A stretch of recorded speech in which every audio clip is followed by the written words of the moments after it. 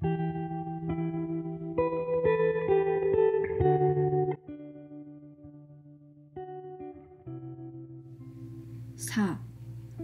첫 번째 집. 지도의 집. 다음날 아침 날씨는 약간 을씨년스러웠지만 마이크의 기분은 최고였다. 그동안 모아둔 얼마 안 되는 돈으로 마이크는 아늑한 레스토랑의 테라스에 앉아 푸짐한 아침 식사를 주문해서 먹었다.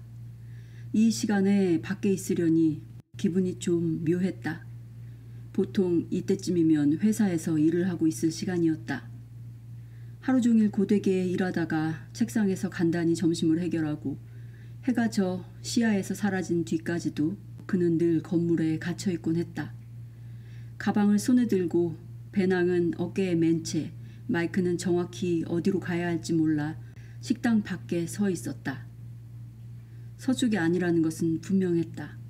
그쪽은 머지않아 바다가 나올 테니까. 다른 길이 나타날 때까지 일단 동쪽으로 가보기로 했다. 오직 믿음 하나로 여행을 시작하니 기분은 상당히 좋았지만 마이크는 좀 더 명확한 목적지가 있었음 싶었다.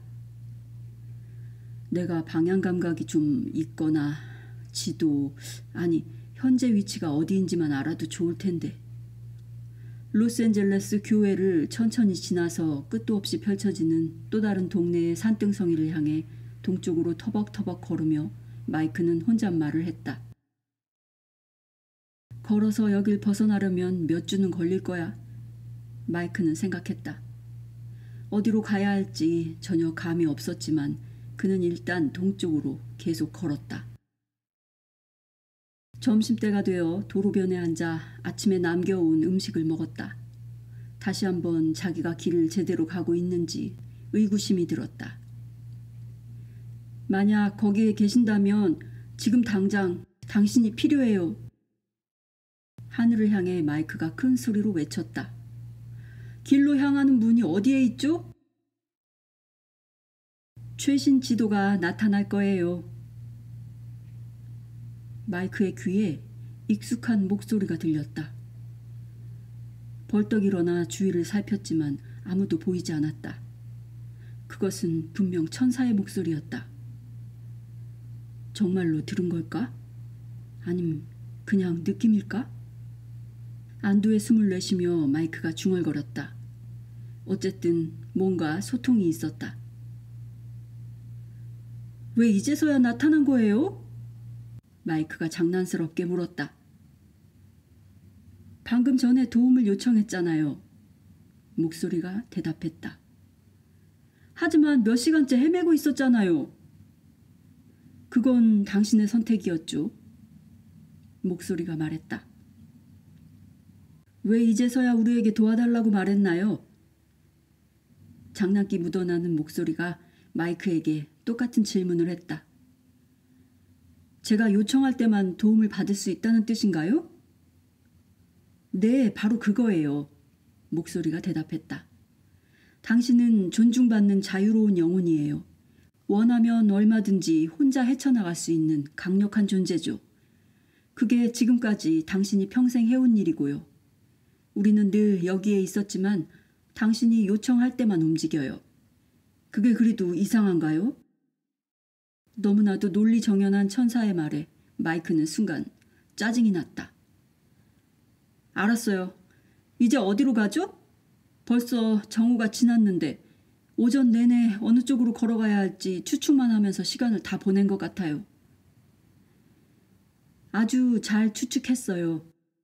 목소리가 넌지시 윙크를 하는 것 같았다. 길로 향하는 문은 바로 앞에 있어요. 그럼 제가 지금까지 계속 문을 향해 왔다는 말인가요? 계속 맞게 오고 있었다는 사실에 너무 놀라지 말아요. 당신은 전체의 일부예요. 순수한 의도의 마이클 토마스. 연습을 하면 당신의 직감이 꽤 도움이 될 거예요. 난 오늘 아주 살짝만 방향을 틀어 당신을 도와주려는 거예요. 목소리가 뜸을 들였다. 앞을 봐요. 당신은 이미 문 앞에 있어요. 마이크는 거대한 울타리 앞에 서 있었다. 울타리는 협곡으로 이어졌고 길 양쪽에는 집들이 쭉 늘어서 있었다. 아무것도 안 보이는데? 다시 한번 봐요, 마이클 토마스. 마이크가 덤불 속을 응시하자 천천히 문의 윤곽이 드러났다. 문이 덤불 속에 묻혀 있고 꼭 나무들의 일부 같았기 때문에 그에게 보이지 않았던 것이다. 지금은 문을 안 볼래야 안 볼 수가 없었다. 너무 확연하게 문이 보였다. 그는 잠시 돌아서 있다가 다시 새로운 인식으로 문을 응시했다. 이제는 아까보다 더 선명하게 보였다. 어떻게 된 거죠? 자신의 인식이 변했다는 것을 의식하며 마이크가 물었다.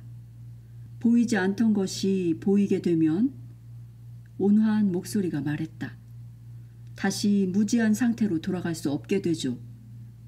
이 문을 한번 봤으니 이제부터는 모든 문이 선명하게 보일 거예요. 이 말이 얼마나 중요한 말인지 완벽하게 이해할 수는 없었지만 마이크는 이제 여행의 중심 길로 온전히 들어설 준비가 되었다. 문처럼 보였던 울타리가 이제는 아예 문으로 변하고 있었다. 울타리가 마이크의 눈앞에서 점점 커지고 있었다. 이건 기적이에요. 높은 울타리가 실제 문으로 변하는 걸 보며 마이크가 속삭이듯 말했다. 변화가 계속 일어날 수 있도록 충분한 공간을 내주려고 그는 뒤로 약간 물러나기까지 했다. 꼭 그렇지만은 않아요. 목소리가 대답했다. 당신의 영적 의도가 당신을 변화시키자 당신의 새로운 의식 수준에서 진동하던 것들이 재빨리 시야로 들어온 거예요. 기적은 아니에요. 그냥 순리대로 작용하는 것뿐이에요. 저의 의식이 현실을 바꾼다는 말이에요? 마이크가 물었다. 그런 셈이죠. 목소리가 대답했다. 현실은 신의 본질이고 항상 그대로예요. 하지만 인간의 의식은 자신이 경험하고 싶은 현실만 드러내 보이죠. 당신이 변해감에 따라서 새로운 현실이 계속 펼쳐질 거예요. 원한다면 예전에 보이지 않던 것들이 더 많이 새롭게 드러나고 그걸 이용할 수도 있어요. 하지만 다시 예전의 상태로 돌아갈 수는 없어요. 마이크는 조금씩 이해가 되기 시작했다. 하지만 그 앞에 새롭게 드러난 문을 통과해 본격적으로 여행을 시작하기 전에 궁금한 것이 하나 더 있었다. 그는 진리를 배우기 위해서 의심나는 것은 뭐든 짚고 넘어가기로 했다. 심지어 내면에서 들리는 천사 목소리까지도. 마이크는 질문을 좀 정리해 본 다음 말했다. 제가 자유로운 선택권이 있는 창조물이라고 하셨잖아요. 근데 제가 다시 돌아가기로 선택했는데 왜 돌아갈 수 없다는 거죠? 만약 제가 새로운 현실을 무시하고 예전의 상태로 돌아가고 싶다면요? 그건 자유로운 선택이 아닌가요? 영적 법칙상 더 낮은 자각의 상태로 돌아갈 수는 없어요. 목소리가 대답했다. 정말로 돌아가려고 애쓴다면 당신이 경험한 자각의 상태를 부인하는 것이고 결국 균형이 깨지게 되죠. 사실 뒤로 돌아가려고 애써 볼 수는 있어요. 그게 당신의 자유의지니까요. 하지만 진리임을 알면서도 애써 무시하려고 하는 인간들을 보면 참 안타까워요. 두 가지 다른 진동 주파수로 계속 존재할 수는 없거든요. 목소리가 전하는 새로운 영적 정보를 모두 다 이해할 수는 없었지만 어쨌든 질문에 대한 답변은 받았다. 그는 지금 돌아서서 다시 도시로 갈 수는 있었다. 이건 그의 선택이다. 하지만 이곳에 문이 있다는 것을 아는 이상 여기에 서 있을 때마다 문이 보일 것이다. 하지만 새로운 현실을 무시하면 그는 균형을 잃게 되고 결국 병이 날 것이다. 어쩐지 모두 말이 되는 것 같았다. 당연히 그는 뒤가 아닌 앞으로 전진하고 싶었다. 마이크는 가방과 배낭을 들고 문을 통과해 여행이 시작되는 길로 들어섰다. 협곡의 길이 다 그렇듯 그냥 황량한 흙길이었다. 마이크는 재빨리 문에서 멀어지며 신나게 앞으로 걸어갔다. 마이크가 문을 막 통과한 순간 그 혼자서만 여행길에 들어선 것이 아니었다. 어둡고 진한 녹색의 형체도 함께 스르르 따라 들어왔다. 그것이 지나간 자리로는 관목이 시들어갔다. 마이크가 계속 움직이지만 않았어도 악취 때문에 금방 그것의 존재를 알아챘을 것이다. 그것은 기쁨에 겨운 마이크의 뒤에서 보이지 않을 정도의 거리를 유지한 채 바짝 따라붙고 있었다. 신이 나서 어쩔 줄 몰라 하는 마이크만큼이나 증오와 사악한 의도로 가득 차 있는 그것은 잽싸고 교활한 유령처럼 마이크의 여행에 어두운 그림자를 들이우며 따라오고 있었다. 마이크는 그것이 거기에 있는 줄은 꿈에도 알지 못했다. 길을 떠난 지 얼마 안 되어 풍경뿐만 아니라 대지의 느낌까지 마이클 토마스를 위해 확연히 바뀌었다. 사방으로 뻗어나간 로스앤젤레스 도시와 그 수많던 교회 주택은 하나도 보이지 않았다. 문명의 흔적이라곤 전혀 찾아볼 수 없었다. 전신주도 없었고 비행기와 고속도로도 없었다. 새로운 흙길이 나타나자 마이크는 크리스마스 선물을 열어보는 아이 마냥 신이 나서 힘차게 발을 내디뎠다. 별 생각 없이 계속 앞으로 걷다가 문득 한 걸음씩 내디딜 때마다 다른 세계로 점점 더 깊숙이 들어가고 있다는 것을 깨달았다. 여행은 마이크가 방금 경험한 세계와는 전혀 다른 곳으로 그를 이끌고 있었다. 자기가 지금 지상과 천국 사이 어디쯤, 그러니까 영적 수업이 시작되는 곳에 있는 건 아닌지 궁금했다. 집으로 가는 과정을 준비시키는 영적 수업이 조만간 시작될 것 같았다. 오솔길 갔던 길이 점점 넓어지더니 이제는 도로만큼이나 넓어져 있었다. 1m 정도의 너비에 다른 발자국은 하나도 없고 따라가기도 무척 쉬웠다. 갑자기 마이크가 획 돌아섰다. 뭐지? 짙은 녹색의 어떤 형체 같은 것이 바위 뒤에서 왼쪽으로 휙 지나가는 것이 눈에 들어왔다. 야생동물인가? 마이크는 생각했다. 뒤를 보니 그가 앞으로 걸어갈 길을 그대로 보여주는 것 같았다. 녹음이 무성한 시골지역, 목초지, 바위투성이의 구불구불한 길이 저 멀리 언덕 너머로 이어졌다. 자연의 완벽한 캔버스에 그려진 풍경화처럼 형형색색의 수많은 꽃들이 정확하게 있어야 할 자리에 점으로 찍혀 있었다. 마이크는 잠시 쉬고 싶어 걸음을 멈췄다. 시계는 없었지만 태양의 위치로 보아 오후 2시쯤 되는 것 같았다. 배가 출출했다. 길가에 자리를 잡고 앉아 스낵 2개와 함께 먹다 남은 식사 부스러기를 꺼내 먹었다. 주위를 둘러보는데 적막감이 들었다. 새가 없네. 그는 생각했다. 발밑의 흙도 자세히 살펴봤다. 벌레 하나 보이지 않았다. 정말 이상한 곳이었다. 그는 왜 아무것도 없는지 헤아려 보았다.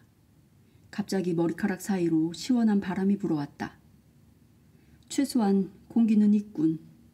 하늘을 올려다보니 상쾌하고 즐거운 날에 어울리는 맑은 푸른색이 보였다.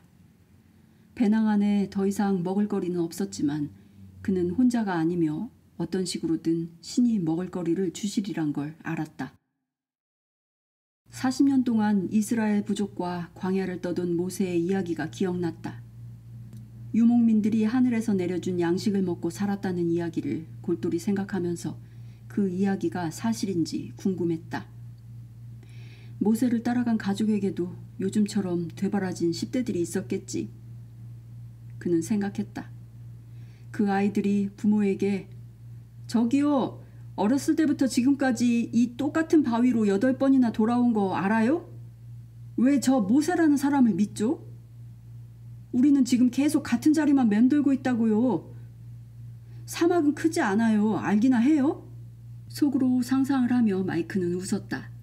그 역시 같은 자리를 계속 맴돌아 조만간 똑같은 바위를 보게 되는 건 아닐지 궁금했다.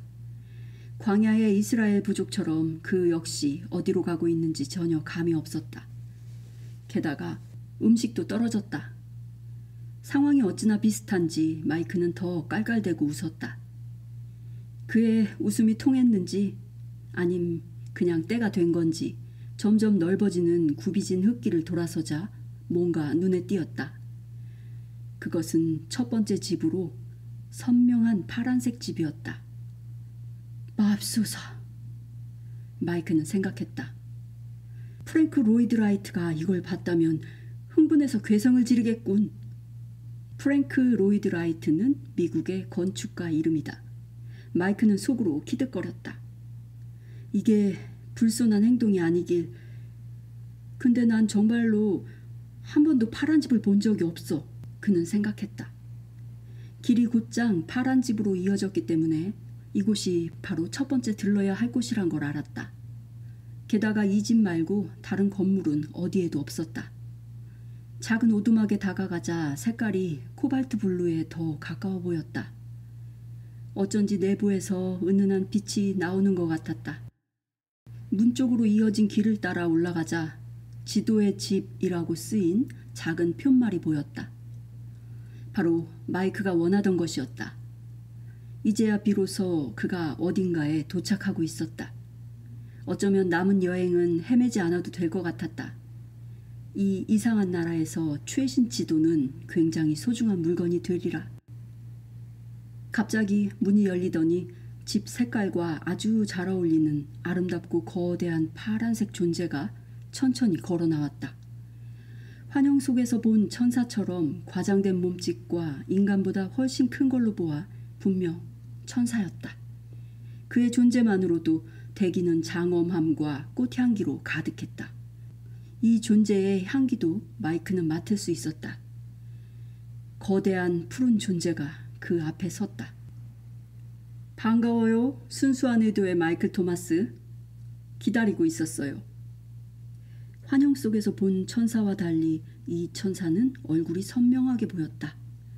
이 존재는 무슨 말을 하든 표정이 편안하고 즐거워 보였다. 마이크는 천사와 함께 있다는 것이 감사했고 깍듯이 예의를 차렸다. 그도 천사에게 인사를 했다.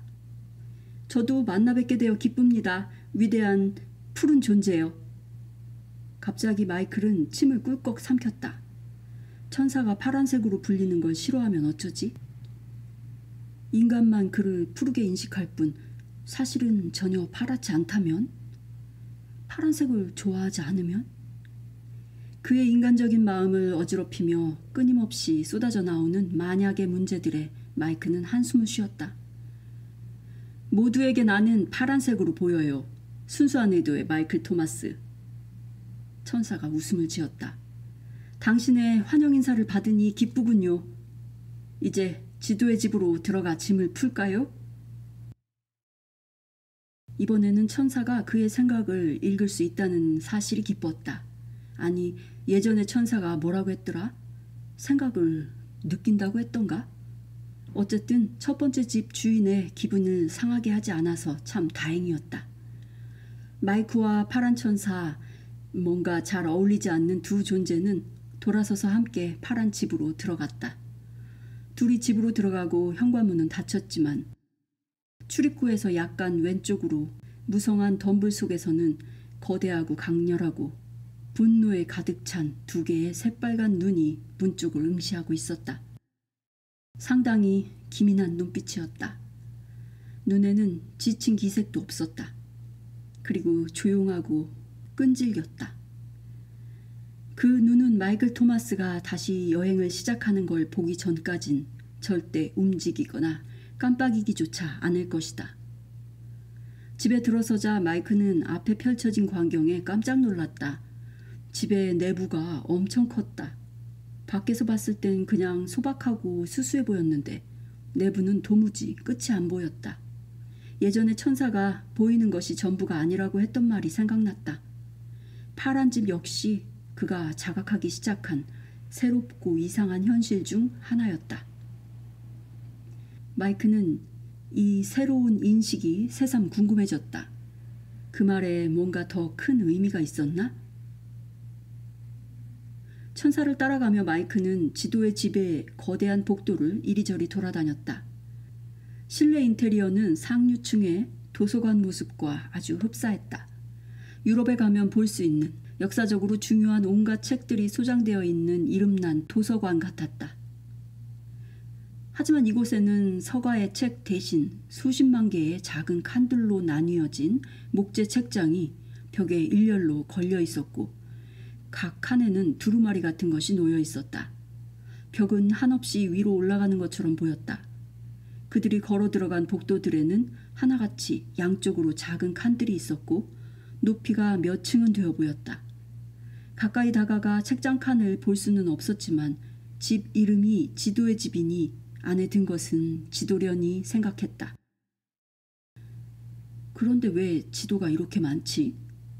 거대한 방들을 둘러보는 것 자체가 끝도 없는 여정이었다. 하지만 집을 둘러보는 내내 살아있는 영혼은 단 한 명도 마주치지 않았다. 우리밖에 없나요? 마이크가 물었다. 천사가 돌아서더니 키득거렸다. 우리가 누구냐에 달렸죠. 당신이 보고 있는 것은 지구에 존재하는 모든 인간들의 계약서예요. 천사는 아무렇지도 않다는 듯 말하고 계속 앞으로 걸어갔다. 파란 존재의 말에 마이크는 너무 놀라서 순간 멈칫하고 벽을 쳐다보았다. 서 있는 마이크를 두고 천사가 계속 앞으로 걸어가는 바람에 둘 사이의 간격이 멀어졌다. 마이크가 따라오지 않고 있다는 걸 눈치챈 천사가 멈춰서서 차분히 마이크를 기다렸다. 그는 아무 말도 하지 않았다. 마이크는 높은 벽에 기대어 세워놓은 사다리들을 보았다. 목재 책장에 셀 수 없이 많은 칸마다 빠짐없이 두루마리가 있었다. 계약서. 천사가 그렇게 불렀다. 무슨 뜻이지? 도무지 이해가 안 가요. 천사를 따라잡으며 마이크가 소리쳤다. 여행이 끝나기 전에 다 알게 될 거예요. 안심시키는 목소리로 천사가 대답했다. 여기에 당신이 겁낼 건 하나도 없어요, 마이클. 모든 것이 질서정연하게 이루어지고 있어요. 당신의 방문은 이미 예정되어 있었고 우리에겐 더할 나위 없는 영광이에요. 당신의 의도는 순수해요. 우리 모두 그걸 알고 있고요. 이제 긴장을 풀고 사랑받는 느낌을 만끽해봐요. 파란 존재의 말은 정말 가슴에 와닿았다. 우주를 통틀어 방금 들은 말보다 더 좋은 말은 없을 것이다. 그가 느낌에 더 예민해진 걸까? 예전에 천사와 함께 있을 때도 이런 사랑의 진동을 느꼈지만 이번엔 느낌이 훨씬 강렬해서 감정이 울컥했다. 사랑받는다는 건 참으로 멋진 느낌이에요. 그렇지 않나요, 마이클? 파란 천사가 마이크 옆으로 다가와 높게 솟아있었다. 이게 무슨 느낌이죠? 마이크가 나지막하게 물었다. 눈물 날 것 같아요. 지금 당신은 새로운 진동 주파수로 변하고 있어요, 마이클. 무슨 뜻인지 모르겠어요. 근데 신사분의 이름은 뭔가요? 파란 존재를 또 기분 나쁘게 한 건 아닌지 마이크는 걱정스러웠다. 만약 천사가 여자라면? 이런 방면으론 별로 아는 것이 없지만 천사의 태도나 모습으로 봐서는 여자일 가능성이 충분히 있었다. 그냥 블루라고 부르면 돼요. 마이크에게 윙크를 하면서 천사가 말했다. 성별은 없지만 크기나 목소리로 봐서 당신 마음속에 난 남성일 거예요. 그냥 그라고 불러도 괜찮아요. 천사는 자기 말을 마이크가 다 소화할 수 있도록 잠시 멈췄다가 다시 말을 이었다. 인간의 세포 조직은 다양한 주파수로 진동할 수 있어요. 마이클, 당신이 지금까지 살아오며 익숙해진 주파수를 1이라고 칠게요. 당신은 그 진동 주파수에 익숙해져 있고 지금까지는 도움이 됐어요. 하지만 이번 여행에서 목표를 향해 계속 나아가려면 진동 주파수를 6 또는 7까지 끌어올려야 해요. 지금 당신은 굳이 이름을 붙이자면 주파수 2로 올라가고 있는 거예요. 진동 주파수가 올라갈수록 신의 실체를 더 잘 알 수 있게 되죠. 지금 느끼는 것은 사랑에 대한 자각입니다. 사랑은 굉장히 강렬해요, 마이클. 물리적 속성이 있어서 실제로 감지할 수도 있고 아주 강력하죠. 당신의 새로운 진동 주파수 덕분에 이전보다 훨씬 더 강렬한 사랑을 느낄 수 있을 거예요. 사랑은 집의 본질이고 앞으로 다른 집들을 방문할 때마다 점점 더 강렬해질 거예요. 블루의 말을 듣는 게 마이크는 정말 좋았다. 지금까지 그가 한 말 중 가장 상세한 설명이었다. 당신은 스승인가요? 마이크가 물었다. 네. 마지막 집을 제외한 모든 집의 천사들은 가르침을 전하기 위해 거기에 있어요. 전 이 집과 관련한 진리를 당신에게 전하고 다른 천사들 역시 다 마찬가지예요. 수업이 모두 끝나면 우주의 섭리에 대해 지금보다 훨씬 광범위하게 이해할 수 있을 거예요. 당신이 의도를 명백하게 표현해서 얻은 것이 하나 있는데 그걸 전해주는 게 제 역할이죠. 당신이 이곳에 온 목적은 당신의 계약서 지도를 받아가기 위해서예요. 내일 아침 일찍 그것을 건네주고 떠나기 전 당신의 질문들에 답변 드릴 겁니다. 이 집이 첫 번째 집이란 게 중요해요. 지도가 여행에서 큰 도움이 될 테니까요. 지금은 당신을 위해 마련한 음식을 마음껏 즐기고 푹 쉬기만 하면 돼요. 마이크는 다시 블루를 따라갔다. 이제 블루가 꽤 친한 친구처럼 느껴졌다. 친구치곤 너무 파랗긴 했지만 말이다. 따라간 곳은 멋진 실내 정원이었다. 거기엔 세상의 모든 과일과 채소가 일렬로 줄을 지어 정성스럽게 재배되고 있었다. 다른 방들처럼 이곳도 지붕을 통해 빛이 흘러들어왔다. 각 구역마다 자연의 냄새가 가득했다. 단지 내 다른 구역에서 퍼져나오는 빵 굽는 냄새도 맡을 수 있었다. 누가 이 모든 것을 관리하나요? 마이크가 물었다. 제 눈엔 당신밖에 안 보이는데요. 당신도 음식을 먹나요? 모든 집에 이런 방들이 있어요, 마이클. 아니요, 전 먹지 않아요. 이 정원은 오로지 인간을 위해 만든 거예요. 당신과 같은 길을 걸으며 배움을 위해 이곳에 잠시 들렀다 가는 인간들이요. 지금은 눈에 보이지 않겠지만 사실 이 정원에는 많은 존재가 있어요. 알매 길을 걷는 동안 언제나 먹을거리와 거처가 제공되고 건강을 유지할 수 있을 거예요. 그게 당신과 당신의 의도를 존중하는 우리의 방식이죠. 거대한 파란 존재와 그를 따라가는 한 인간이 계속해서 다른 방들로 옮겨갔다. 마이크는 자신이 엄청난 보살핌을 받고 있다고 느꼈다. 마침내 그들은 고풍스러운 침실에 도착했다. 지붕이 달린 근사한 침대와 깨끗한 흰색 레이스 시트가 녹초가 된 몸을 어서 눕히라며 마이크를 불렀고 폭신한 베개가 편안히 숙면을 취하라며 마이크에게 손짓했다. 이렇게까지 준비된 것을 보고 마이크는 깜짝 놀랐다. 이게 다 저를 위한 거예요? 마이크가 감동해서 물었다. 당신과 또 다른 이들을 위해서예요. 당신과 같은 의도를 가진 모든 이들을 위해 준비한 거예요. 바로 옆방에는 뭐부터 먹어야 할지 모를 정도로 진수성찬이 차려져 있었다. 지금까지 이렇게 군침 도는 음식을 본 적이 없었다. 양도 한 사람이 먹기엔 너무 많았다. 마음껏 먹어요, 마이클. 블루가 권했다. 음식을 남겨도 좋아요. 하지만 따로 챙기지는 마세요. 음식을 가져가고 싶은 유혹을 이겨내세요.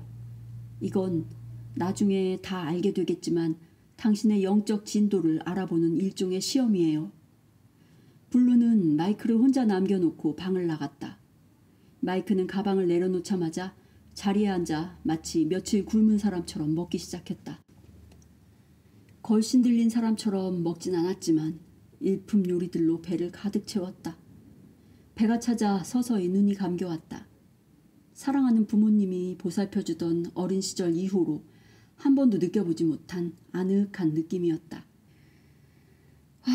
이 느낌을 계속 유지할 수 있다면 마이크는 생각했다. 인간으로 사는 것도 그리 나쁘진 않을 텐데. 설거지거리는 어쩐지 아침에 해결해야 할 것 같아 그는 자리에서 일어났다. 너무 피곤했다. 간신히 옷을 벗어 벽에 있는 옷걸이에 걸었다. 그는 곧장 침대로 쓰러졌고 포근한 이불 속에서 금세 평화롭게 잠이 들었다. 고요한 아침, 마이크는 아주 상쾌한 기분으로 일어났다. 샤워를 하고 식당으로 향했다. 어젯밤의 접시는 모두 치워지고 그 대신 잘 차려진 아침 식사가 펼쳐져 있었다. 사실 아침에 눈을 뜨게 된 이유 중 하나는 신선한 달걀, 감자, 맛있는 빵 냄새 때문이었다. 마이크는 혼자서 고독한 아침 식사를 만끽했다. 혼자 있자니 문득 집으로 가겠다고 한 것이 과연 적절한 요청이었는지 의문이 들었다. 지구에서 그만 살고 싶은 게 잘못된 걸까? 그는 자문해 보았다. 남은 사람들은?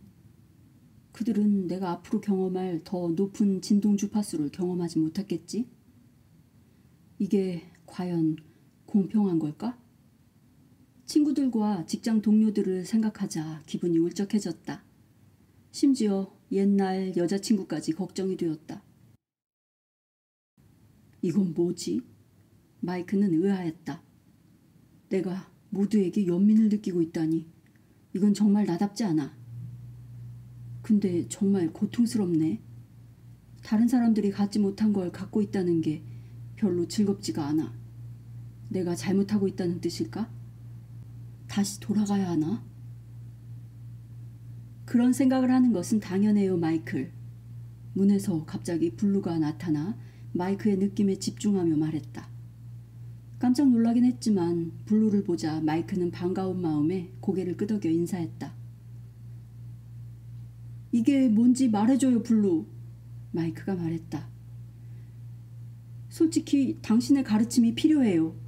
제가 올바른 일을 하고 있는지 의구심이 들기 시작했어요. 영이 일하는 방식은 실로 놀라워요. 순수한 의도의 마이클. 블루가 말했다. 인간이 깨달음을 얻는 데는 기본 원칙이 있지요. 우선 자신을 먼저 신경 쓰고 그렇게 자신의 영적 여정을 존중하다 보면 주위 사람에게도 그런 일이 동시에 발생한다는 거예요. 한 사람의 의도는 항상 많은 이에게 영향을 미치니까요. 전혀 이해가 안 돼요, 블루. 마이크가 혼란스러워하며 대답했다. 지금 이 순간에는 이해가 안 되겠지만 당신의 행동은 여러 사람에게 영향을 미칠 거예요. 그들 스스로 결정할 수 있는 기회를 주는 방식으로요. 당신이 여기에서 지금 이 순간 내린 결정이 없었다면 그들에겐 그런 기회가 주어지지 않았을 거예요. 내 말을 믿고 자신을 책망하지 말아요. 마이크는 마음의 짐이 덜어지는 것을 느꼈다. 블루의 설명만으로는 영이 일하는 방식을 완전히 이해할 수 없었지만 그가 장담해준 것만으로도 충분했다. 이제 훨씬 가벼운 마음으로 여행을 계속할 수 있을 것 같았다. 마이크는 물건을 챙겨 식당과 침실 밖으로 나왔다. 어제 들어온 문으로 이어지는 거대한 복도로 그는 발걸음을 옮겼다. 마이크가 집의 웅장함에 감탄하며 걷는데 블루가 천천히 그의 뒤를 따라왔다. 마이크의 배낭 밖으로 베이글과 막대 모양의 빵이 불쑥 튀어나온 것이 눈에 띄었지만 블루는 잠자코 있었다. 어디로 가는 거죠? 마이크가 물었다. 이 방향으로 계속 가면 되나요? 그는 이제 곧 자신의 지도를 받게 되리라는 걸 알았고 블루가 앞장서 주기를 바랐다. 그만 가도 돼요. 블루가 말했다. 화려하게 장식된 거대한 푸른 복도 중간에서 둘은 걸음을 멈췄다. 블루가 말없이 사다리가 있는 벽 쪽으로 걸어갔다. 이쪽으로 와봐요, 마이클. 그는 블루가 시키는 대로 했다. 블루는 마이크에게 엄청 높은 사다리를 타고 올라가 자신의 지도가 있는 칸을 찾으라고 했다. 간신히 사다리를 올라가면서 마이크는 각 칸마다 이름이 붙여져 있다는 걸 알았다. 가만히 보니 이름이 2개씩 있었다. 하나는 아랍 문자 같았고 다른 하나는 로마 문자였다. 알파벳 순으로 이름이 붙여진 게 아니었다. 마이크로서는 알 수 없는 방식으로 정리가 되어 있었다. 물론 블루는 당연히 알고 있겠지만 블루가 어디를 보면 되는지 그에게 정확히 알려주었다. 이제 조금만 더 가면 블루가 말한 곳이 나올 터였다. 마침내 이름이 보였다. 칸에는 마이클 토마스라고 표시되어 있었다. 다른 칸들처럼 다른 이상한 글씨도 있었다. 천사의 언어일지도 몰라. 마이크는 속으로 생각했다. 천사는 다른 곳은 보지 말고 자기가 말한 칸에서 두루마리를 꺼내 내려오라고 했다. 두루마리를 꺼내서 사다리를 내려오는데 마이크의 눈에 다른 그룹의 이름이 들어왔다. 순간 그의 심장이 멈췄다. 그의 엄마와 아빠 이름이 거기에 있었다. 이름은 가족 그룹 단위로 정리된 것이었다. 이것이 바로 이 거대한 복도에서 사용되고 있는 영적인 체계였다. 다른 이의 두루마리는 절대 손대면 안 된다는 것을 알고 있었지만 자신이 모르는 몇몇 이름들을 살펴보느라 시간이 약간 지체가 되었다. 왜 다른 이름들이 우리 가족과 함께 있지? 그는 의아했다. 마이클! 아래에서 블루가 물었다. 가고 있어요! 마이크가 당황해서 말했다. 블루는 그가 무슨 생각을 하고 있는지 알았다. 하지만 마이크는 이 신성한 장소의 규약을 위반하는 질문 같은 것은 하지 않을 것이다. 깊은 생각에 잠긴 채 마이크가 기나긴 푸른 사다리를 내려와 블루에게 두루마리를 건네주었다. 블루는 한참 동안 마이크를 바라보았다. 강렬한 시선 속에 비밀 같은 것은 없었다. 그 대신 마이크가 이곳 체계의 신성한 방식을 존중해 준 것에 대한 블루의 감사가 전해졌고 마이크는 신의 사랑이 온몸에 스며드는 것을 느꼈다. 마이크와 블루가 말없이 소통하며 함께 활짝 웃었다. 마이크는 이제 더 이상 언어가 필요 없을 것 같았다. 크게 말하지 않아도 그가 원하는 것은 모두 블루에게 전할 수 있는 것 같았다. 정말 이상하군. 마이크는 생각했다. 앞으로 보게 될 것보다 더 이상하진 않을걸요? 블루가 마이크의 생각에 대답했다. 젠장. 마이크는 생각했다. 여기선 뭐 하나 그냥 넘어가는 게 없군. 블루는 마이크의 마지막 생각은 무시하며 작은 두루마리를 테이블 위에 놓았다. 그가 마이크 쪽으로 몸을 돌렸다. 순수한 의도의 마이클 토마스, 블루가 정중하게 말했다. 이건 당신 인생 지도예요. 어떤 형태로든 지금 이 순간부터 당신은 이 지도와 함께 할 겁니다. 이 지도는 사랑 안에서 주어진 것이며 당신이 갖게 될 가장 소중한 물건 중 하나가 될 거예요. 문득 예전 천사가 현재에 더 잘 집중하는 새로운 존재 방식에 대해 했던 말이 떠올랐다. 마이크가 뻔한 질문을 했다. 이거 최신 지도예요? 당신이 바라는 것 이상으로요. 거대하고 푸른 존재한테서 나온 엉뚱한 대답이었다. 마이크는 사실 블루의 킥킥거리는 웃음소리를 들은 것 같았다. 블루는 마이크에게 말없이 지도를 건네주며 마이크가 혼자 살펴보게 했다. 마이크는 아이가 선물을 받고 천천히 음미하듯 지도를 잠시 가슴에 대었다. 마이크는 이 순간의 신성함을 느끼며 마치 엄숙한 의식을 거행하듯 지도를 펼쳤고 블루는 그런 마이크를 보며 미소를 지었다. 블루는 마이크가 어떻게 반응할지 알고 있었다. 마이크가 작은 두루마리를 푸는 순간 경이감과 기대감은 한순간에 사라졌다. 두루마리는 텅 비어 있었다.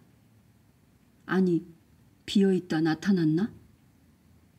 두루마리 한가운데에 정말 자세히 봐야만 보이는 글자와 상징들이 한 무더기 있었다. 마이크는 몸을 굽혀 더 찬찬히 보았다. 화살표가 빨간 작은 점을 가리키고 있었다. 점 옆에는 당신은 여기에 있습니다 라는 문구가 적혀 있었다. 그리고 지도의 집이라는 라벨이 붙은 오두막집을 상징하는 작은 기호도 보였다. 점 주위로 마이크가 걸어온 길을 포함해 2.5cm 정도의 작지만 아주 세세한 지역이 그려져 있었다. 그리고 거기서 끝났다. 미완성인 채로. 지도에는 마이크의 현재 위치와 겨우 몇십 미터 사방으로 뻗어나간 작은 지역만 상세하게 보여주고 있었다. 이게 뭐예요? 마이크가 삐딱하게 물었다. 천사들은 농담을 이런 식으로 하나요? 근사하고 신성한 두루마리를 받으려고 지도의 집까지 왔는데 겨우 내가 지도의 집에 있다는 걸 알려주는 게 다예요? 보이는 게 전부가 아니에요. 순수한 의도의 마이클 토마스. 이 선물을 받고 잘 간직하세요. 블루는 결국 마이크의 질문엔 하나도 답하지 않았다. 마이크는 직감적으로 더 물어봤자 좋을 것이 없다는 것을 알고 별로 쓸모없어 보이는 지도를 둘둘 말아 배낭에 넣었다. 실망한 표정이 역력했다. 블루가 현관문으로 걸어가 신선한 공기가 있는 밖으로 나갔다. 마이크가 그 뒤를 따랐다. 천사가 마이크를 마주 보았다. 순수한 의도의 마이클 토마스, 집으로 가는 여행을 계속하기 전에 한 가지 물어볼 게 있어요. 질문이 뭔가요, 파란 친구? 마이크가 대답했다. 순수한 의도의 마이클 토마스, 당신은 신을 사랑하나요? 블루는 매우 진지했다. 예전 천사도 이상하게 거의 같은 톤으로 똑같이 물어본 적이 있었다. 그는 똑같은 질문을 하는 이유가 뭘까 궁금했다. 사랑하는 위대한 푸른 스승이여, 당신은 저의 가슴을 볼 수 있으니 제가 얼마나 신을 사랑하는지 알 수 있을 겁니다. 정직하게 대답하며 마이크는 천사 앞에 마주섰다. 그렇군요. 블루가 말했다. 그러더니 작고 파란 오두막집으로 들어가 문을 굳게 닫았다. 마이클은 갑자기 단절감을 느꼈다. 이 친구들은 작별 인사도 안 하나? 그는 의아했다. 날씨는 따사롭고 상쾌했다. 마이크는 파란 집에서 챙긴 빵 등 소지품이 담긴 가방과 배낭을 집어들었다. 그는 흙길을 따라 한 방향으로 걸었고 거기로 가면 다른 수업을 듣게 될 집이 나온다는 걸 알았다. 지도의 집에서 일어난 사건의 코믹한 요소들을 돌이켜보기 시작했다. 현재 자신이 어디에 있는지만 알려주는 지도를 상상해 보시라. 그런 지도가 무슨 쓸모가 있담? 내가 어디에 있는지 당연히 알지. 정말 웃긴 곳이야. 마이크는 생각했다. 자기 상황이 재미있어서 순수한 의도의 마이클 토마스가 집으로 가는 길을 걸으며 바위와 나무를 향해 큰 소리로 떠들어대며 웃자 저 멀리 언덕에서도 웃음소리가 메아리쳤다. 그의 웃음소리는 뒤로 1km 정도 떨어진 곳에 숨어있던 아주 어두운 존재의 사막 위로 뒤덮인 귀에까지 들렸다. 어두운 형체가 그가 다시 여행을 떠나기만을 끈질기게 기다렸다가 다시 따라붙고 있다는 사실을 마이크는 알 턱이 없었다. 그것은 이 세계에 속한 존재가 아니었다. 그것은 먹거나 잘 필요가 없었다. 기쁨이라곤 전혀 몰랐고 오직 마이클 토마스가 절대로 마지막 집에 도달하지 못하도록 막는 것만이 그것의 유일한 목표였다. 이미 계획은 세워져 있었다. 그것은 순수한 의도의 마이클 토마스와 자신의 거리를 서서히 좁혀갔다. 5장 두 번째 집, 선물과 도구의 집. 얼마 되지 않아 마이크는 여행 방식에 지금까지와는 다른 변화가 생겼다는 것을 알았다. 지금까지는 그냥 길 하나만 따라왔기 때문에 한 번도 어느 길로 가야 할지 스스로 선택해 본 적이 없었다. 그런데다 꺼림칙하게도 누군가 자신을 지켜보고 있다는 느낌이 들었다. 저 멀리 앞을 보니 골치 아픈 상황이 생겼음이 여실히 보였다. 갈림길이 보였고 다음번 집으로 이어지는 길을 스스로 선택해야 하는 상황이었다. 마이크는 어깨를 한번 으쓱하며 가던 길을 멈추고 앞에 뭐가 있나 살폈다. 이게 뭐지? 그가 혼잣말을 했다. 집과 천사가 색깔별로 있는 이상한 나라에서 어느 길이 맞는지 내가 어떻게 한담? 속으로 자기 혼자 한 말이었기에 천사들의 대답을 기대하진 않았지만 내심 신경은 쓰였다. 그때 문득 지도가 생각났다. 길 가장자리에 앉았다. 지도는 빵이 들어있는 배낭 안에 있었다. 지도를 꺼내려고 배낭을 연 순간 지독한 냄새가 훅 풍겨오는 바람에 그는 거의 쓰러질 뻔했다. 이 안에서 뭐가 죽은 거야? 마이크는 속으로 크게 소리쳤다. 냄새가 너무 심해 냄새의 원인이 뭔지 알고 싶지도 않았다. 음식 썩은 냄새인 걸로 보아 빵이 원인인 것 같았다. 그의 추측이 맞았다. 마이크는 귀중한 선물을 다루듯 가방 안에서 살살 지도를 꺼냈다. 별 쓸모는 없어 보였지만 그래도 신성한 물건이 냄새 때문에 손상되지 않기를 바랐다. 지도는 원래 모습 그대로 나왔지만 빵은 그렇지가 않았다. 그는 이맛살을 찡그리며 배낭 안에 들어있는 것을 몽땅 털어냈다. 열대우림에서 수개월은 뒹굴며 썩은 것 같은 베이글과 막대 모양의 빵 부스러기가 땅으로 떨어졌다. 심하게 악취가 나는 빵 조각은 곰팡이가 피어 새까맸다. 마이크는 이곳에서 처음이자 유일하게 곤충을 한번 보았다. 그것도 수천 마리나. 마치 구더기가 득실거리는 도시 같았다. 손에서 가방을 떨어뜨리며 마이크가 재빨리 일어났다. 빵은 썩은 고기가 아니야. 마이크는 속으로 생각했다. 여기엔 죽은 고기가 없다고. 어떻게 이럴 수가 있지? 파란 집을 떠난 지 얼마나 됐다고. 진짜 썩은 고기도 이렇게까진 될 수 없어. 어떻게 된 거지? 마이크는 더 자세히 살펴보고 싶어 코를 막고 가까이 다가갔다. 구더기가 들끓는 새까만 빵덩어리가 바로 눈앞에서 썩어가고 있었다. 작고 역겨운 생물들이 끔찍하게 부패된 빵 부스러기를 먹고 있었다. 그러더니 급기야는 자기들끼리 서로 잡아먹었다. 마이크가 혐오스러운 광경에 속이 메스꺼워 고개를 돌린 순간 뒤쪽에서 뭔가 눈에 들어왔다. 그래, 뭔가 있었어.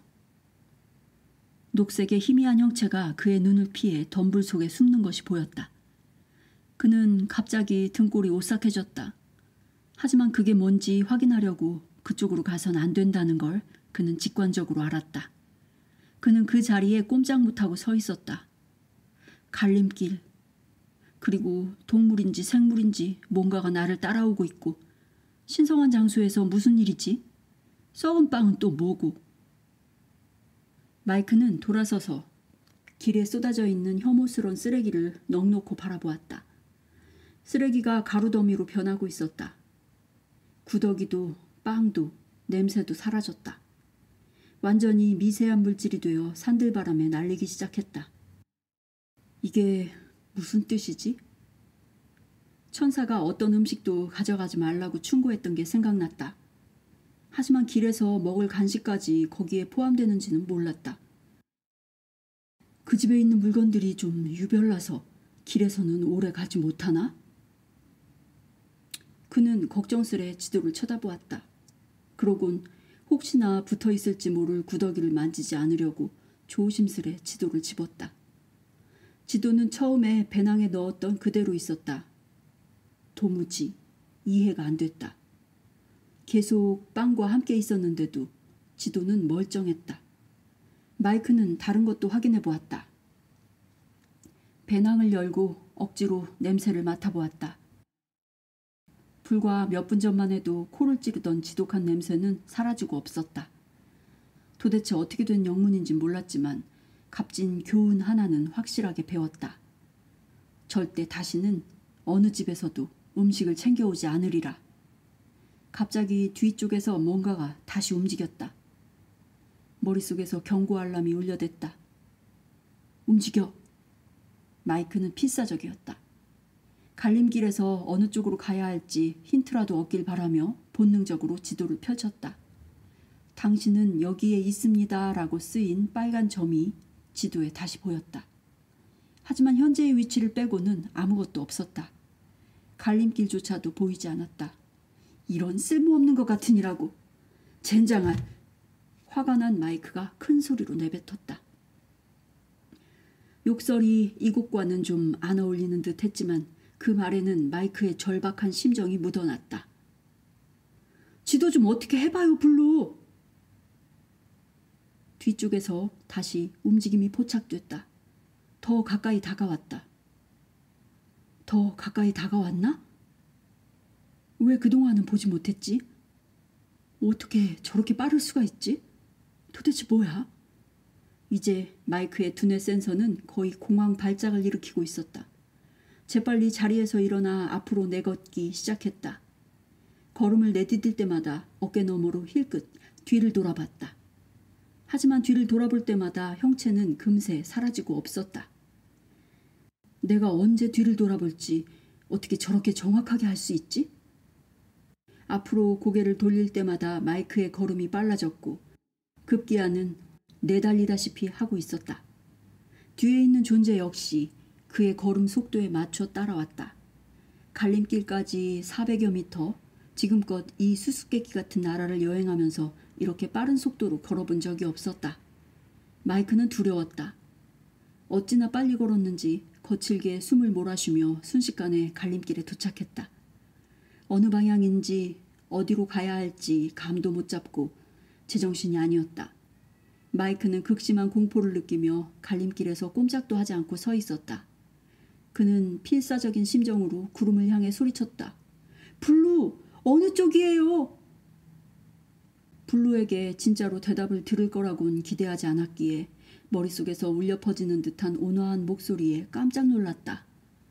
지도를 봐요, 마이클. 당장. 좀 전에 이미 지도를 봤기 때문에 이 지시가 이상하고 터무니없었지만 따지고 들 상황이 아니었다. 마이크는 재빠른 손놀림으로 다시 지도를 펼쳤다. 당신은 여기에 있습니다 라고 쓰인 빨간 점은 그 자리에 그대로 있는 것 같았다. 그 점은 지도 한가운데서 미동도 하지 않았다. 근데 이건 뭐지? 양피지에 땀방울을 떨어뜨리며 마이크가 고개를 숙여 자세히 들여다봤다. 빨간 점이 갈림길을 가리키고 있었다. 사실 그가 줄곧 갈림길에 서 있었으니 최신 지도가 맞긴 맞았다. 마이크는 천사의 유머를 이제서야 이해할 수 있었다. 그는 지도를 더 자세히 살펴봤다. 거기엔 갈림길뿐만 아니라 오른쪽을 명확하게 가리키는 화살표가 있었다. 마이크는 즉각 움직였다. 지도를 말면서 오른쪽 길로 잽싸게 뛰어나가 작은 언덕까지 올라갔다. 가까이 다가오는 추격자를 온몸으로 느끼며 틈만 나면 뒤를 돌아보았다. 녹색의 흐릿한 형체는 바위와 덤불 사이를 이리저리 휙휙 날아다니며 마이크의 빨라진 걸음 속도에 맞춰 따라왔다. 언덕 위에 오르자 마이크는 안도의 숨을 내쉬었다. 저 멀리 또 다른 집이 보였다. 구원이 코앞에 있었다. 눈으로는 계속 뒤를 돌아보며 마이크는 안전하고 음식도 가득할 은신처를 향해 더 빨리 내달렸다. 마이크를 뒤쫓던 어둡고 사악한 존재는 미칠 듯이 화가 났다. 마이크가 갈림길에서 조금만 더 지체했어도 그것은 그를 잡을 수 있었다. 기회를 놓친 것이 너무 분해 속이 부글부글 끓었다. 그것은 마이클 토마스가 들어간 화사한 주황색 집 밖에 있는 나무 꼭대기에 자리를 잡았다. 그 혐오스러운 존재는 거기에서 끈질기게 기다렸다. 이번엔 기나긴 기다림이 될 것이다. 하지만 그것은 개의치 않았다. 주황색 집 문이 열리자 안에는 예상했던 대로 천사가 있었다. 마이크는 그를 오렌지로 부르기로 했다. 오렌지가 처음 말을 걸었을 때 마이크는 제정신이 아니었다. 반가워요, 순수한 애도의 마이클 토마스. 기다리고 있었어요. 저도 반가워요.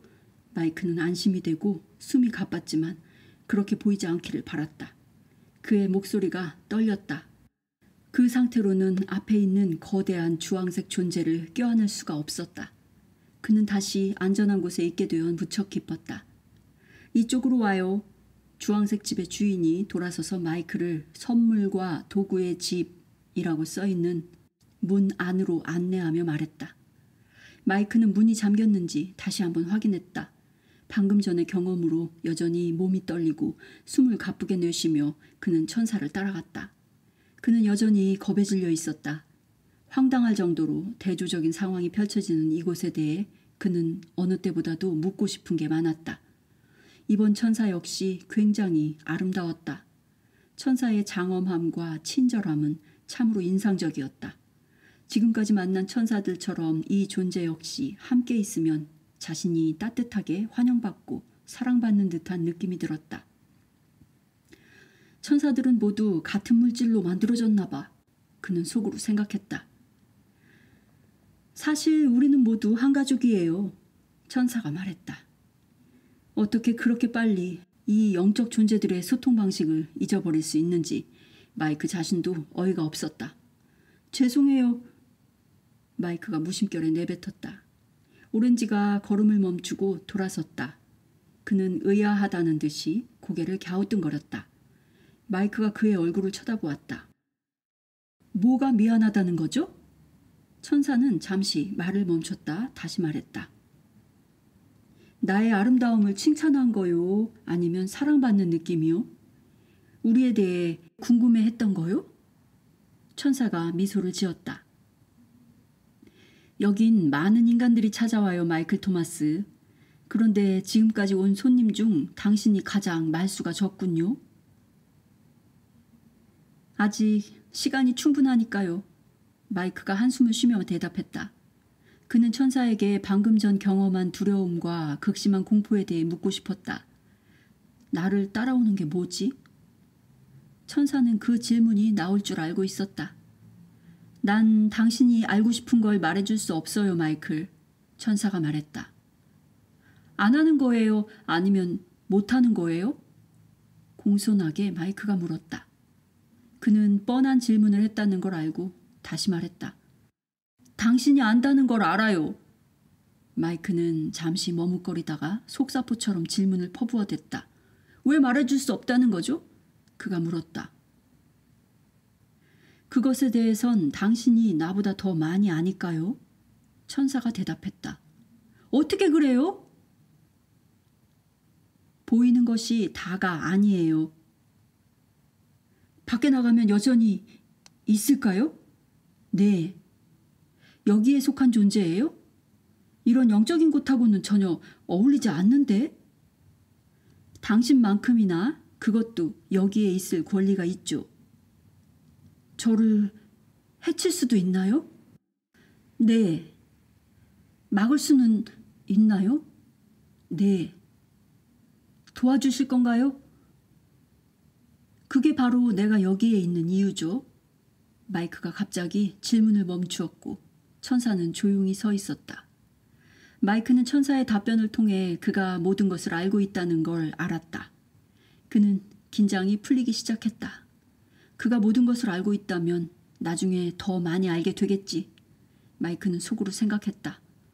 참을성 있게 기다릴 거야. 앞으로 더 많은 것이 드러날 게 분명해. 그게 이곳의 방식인 것 같아. 마이크는 불과 1시간 전만 해도 쓸모없다고 생각했던 지도가 어떻게 가장 절실한 순간에 자기를 구했는지 떠올렸다. 신은 언제나 지금 이 순간에 계시죠. 천사가 웃으며 말했다. 천사가 다시 한번 마이클 토마스의 생각에 집중했다. 주황색 존재는 돌아서서 마이클을 집 안쪽으로 안내했다. 마이클은 천사를 따라갔다. 지도에 익숙해지고 있어요. 마이크가 걸으면서 말했다. 정말 필요한 순간에만 지도가 필요한 거죠? 그런 셈이죠. 천사가 말했다. 진동이 낮은 인간은 시간은 선형적으로 흘러요. 마이클. 이 천사 역시나 스승이었다. 하지만 천사의 시간은 그렇지 않아요. 그럼 당신들은 시간을 어떻게 인식해요? 대화를 하는 사이 마이클은 창고로 안내되었다. 이전 집과 마찬가지로 이 집의 내부 규모도 어마어마했다. 높이가 15m 정도 되는 천장에 수십 개의 대형 나무 상자들이 쌓인 방을 보고 마이크는 입이 쩍 벌어졌다. 우리에겐 과거나 미래가 없어요. 천사가 대답했다. 당신에게 시간은 일직선으로 흐르죠. 우리에게 시간이란 중앙에 고정된 엔진의 작용으로 시계 방향으로 돌아가는 회전 테이블과 같아요. 회전 테이블이 우리 밑에 있기 때문에 우리는 늘 전체 시간대를 바라볼 수 있어요. 그러니 늘 지금 이 순간에 존재하는 거죠. 우리는 항상 절대 중심을 따라 움직여요. 그 반면 당신의 시간대는 직선이기 때문에 계속 앞으로 움직이죠. 그래서 현재의 순간을 오롯이 경험할 수가 없어요. 당신네는 뒤를 돌아보며 어디에 있었는지 확인하고 앞을 보며 어디로 갈지 생각하죠. 그러면 순수히 존재하고 있을 수가 없어요. 늘 무언가를 하며 살아가죠. 이게 바로 낮은 진동 에너지의 특성이고 당신네 차원에 적합한 존재 방식이에요. 그게 지도에 대한 설명이 되겠네요. 당신은 여기에 있습니다라고 쓰인 빨간 점이 늘 지도 한가운데 있고 그의 새로운 위치가 점을 중심으로 표시됐던 것을 떠올리며 마이크가 말했다. 인간의 지도와는 완전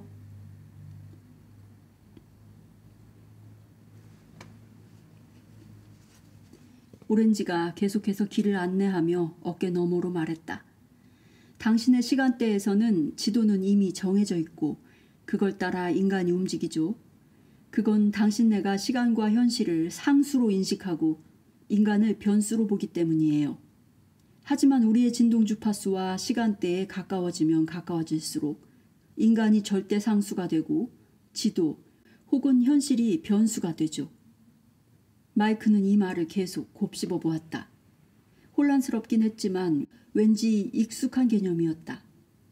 갈림길에서 그가 겪은 경험은 자신의 영적 지도가 비록 기대한 것과는 달랐지만 얼마나 소중한지 보여주었다.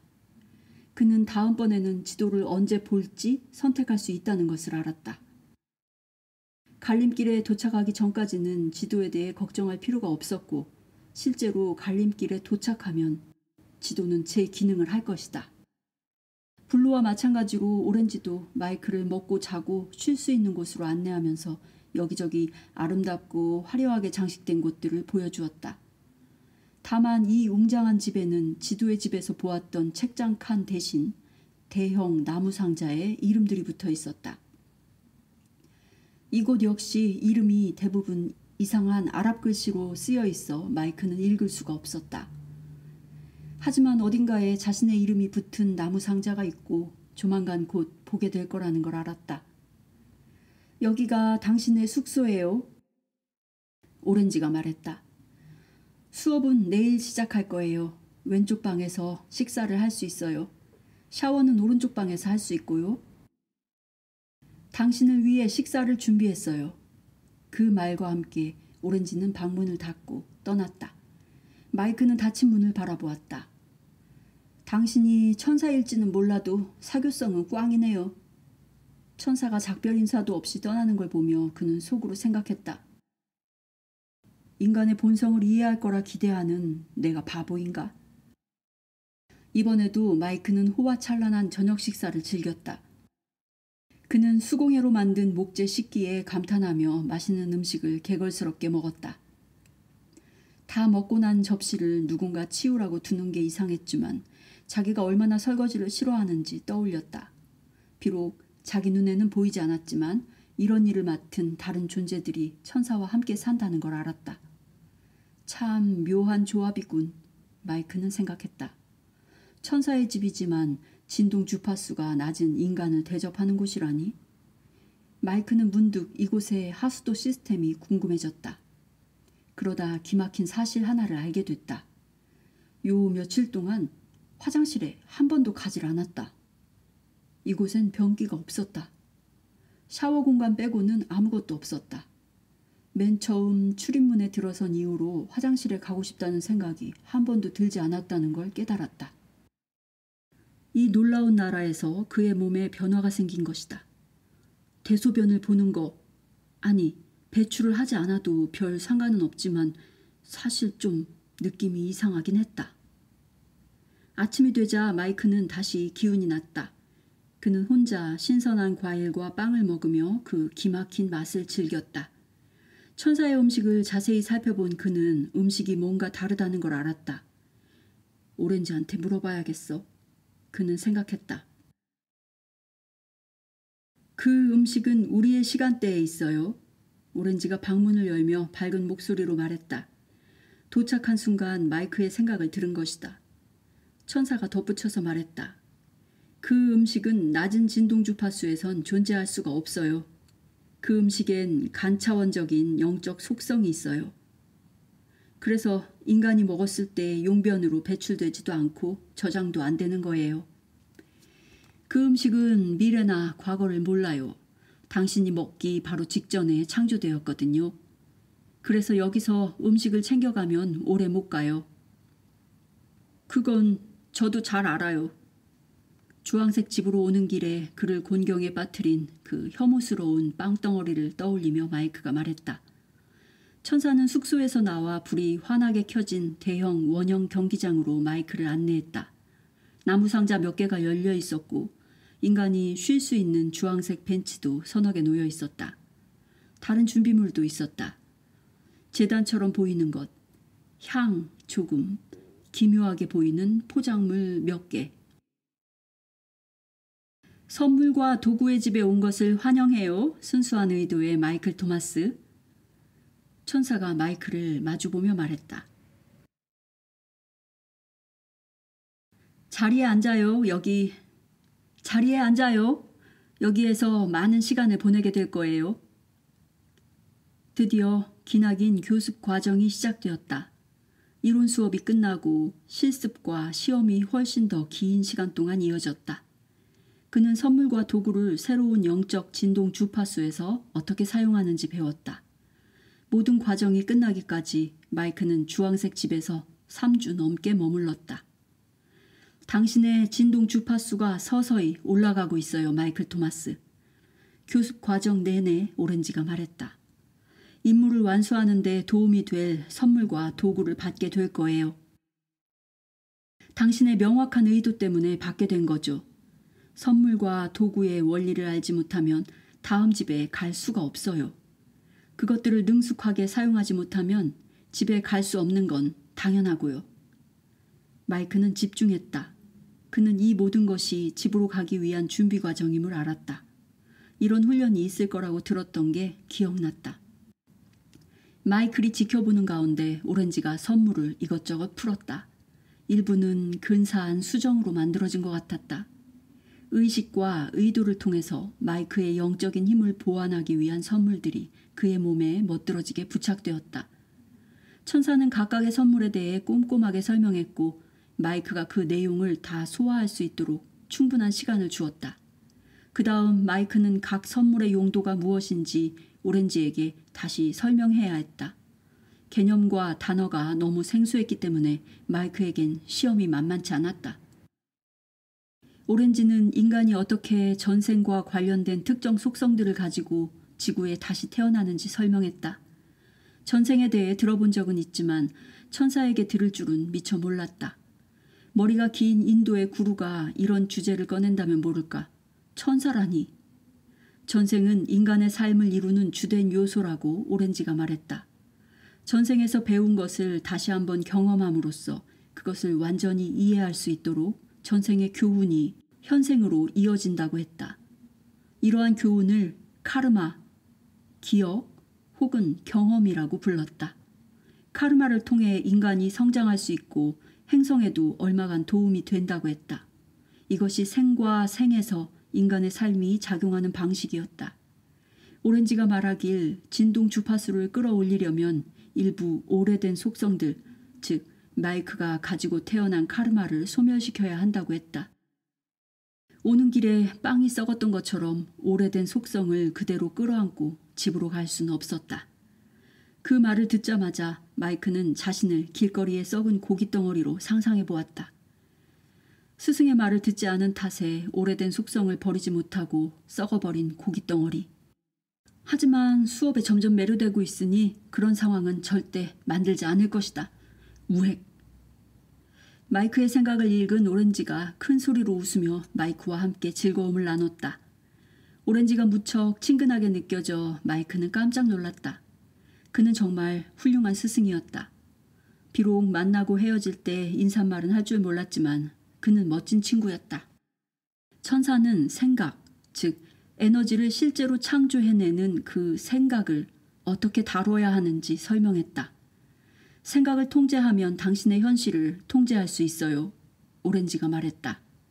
내면의 느낌과 알을 이용해서 당신에게 걸맞고 당신이 계획했던 상황으로 자신을 몰고 가세요. 그 말이 무슨 뜻인지 잘은 몰랐지만 마이크는 들은 대로 했고 결국 모든 시험을 통과했다. 공동 창조를 위한 영적 힘을 강화하는 선물뿐만 아니라 전생에서 비롯된 카르마적 속성을 제거할 수 있는 선물까지. 천사가 준 선물들이 하나하나 그의 내면 깊숙이 저장되었다. 의식을 거행하고 말로 설명하면서 각 선물이 전해졌다. 위대한 주황색 천사의 지시와 신중한 감독 아래 각각의 선물이 마이크의 몸에 흡수되면서 물리적인 선물이 영적인 선물로 변형되는 것 같았다. 마이크는 자기가 마치 신성한 성직자가 되기 위한 공부를 하는 듯한 기분이 들었다. 그는 오렌지로부터 배운 내용을 다시 설명할 때마다 오렌지가 실은 자신의 가슴을 보고 있다는 것을 알았다. 마이크가 서약을 하고 그의 영적 파워 센터로 이식될 이런저런 선물에 대한 자신의 의도를 말할 때마다 오렌지가 아주 날카롭게 자기의 영혼을 읽는 것 같았다. 처음엔 몹시 불편했지만 자기가 큰 소리로 내뱉는 말이 진심인지 오렌지가 확인하고 있다는 사실을 알게 되었다. 마이크가 거짓으로 말했다면 오렌지는 즉각 이를 알아챘을 것이고 마이크의 영적 수업은 더 이상 진행되지 않았을 것이다. 드디어 2주에 걸쳐 작은 선물들 포장이 모두 벗겨지고 설명되고 마이크의 영적인 존재와 통합되고 그리고 시험이 치러졌다. 그 중 한 시험은 유난히 어려웠다. 마이크는 좁은 공간에 있는 것을 두려워했다. 이유는 잘 몰랐지만 좁은 공간에 갇혀 있으면 공황 상태가 된다는 것을 일찌감치 알고 있었다. 오렌지가 준 선물 중 하나는 이 공포심을 극복하는 힘이었다. 마이크는 이를 극복하겠다는 의도를 가지고 의식을 거행했다. 오렌지에 따르면 밀폐된 공간에 갇혔을 때 느끼는 공포는 마이크의 카르마에서 기인된 것이라고 했다. 이 공포심을 제거하면 이와 관련해 현생의 삶에까지 영향을 미치고 있는 수많은 전생 경험들이 한꺼번에 지워진다고 했다. 며칠 후 훈련 도중 오렌지가 대형 나무 상자의 뚜껑을 열었다. 상자는 텅 비어 있었다. 사랑이 가득한 오렌지가 마이크에게 안으로 들어가라고 했다. 마이크가 상자 안에 쭈그리고 앉자 뚜껑이 닫히고 이내 어둠이 밀려왔다. 오렌지가 뚜껑을 고정하기 위해 못 박는 소리가 쾅쾅 들렸다. 그러곤 정막과 칠흑 같은 어둠이 밀려왔다. 밀폐된 공간에서는 숨소리까지 또렷하게 들렸다. 그는 웅크리고 있는 자신의 자세를 명징하게 의식하고 있었다.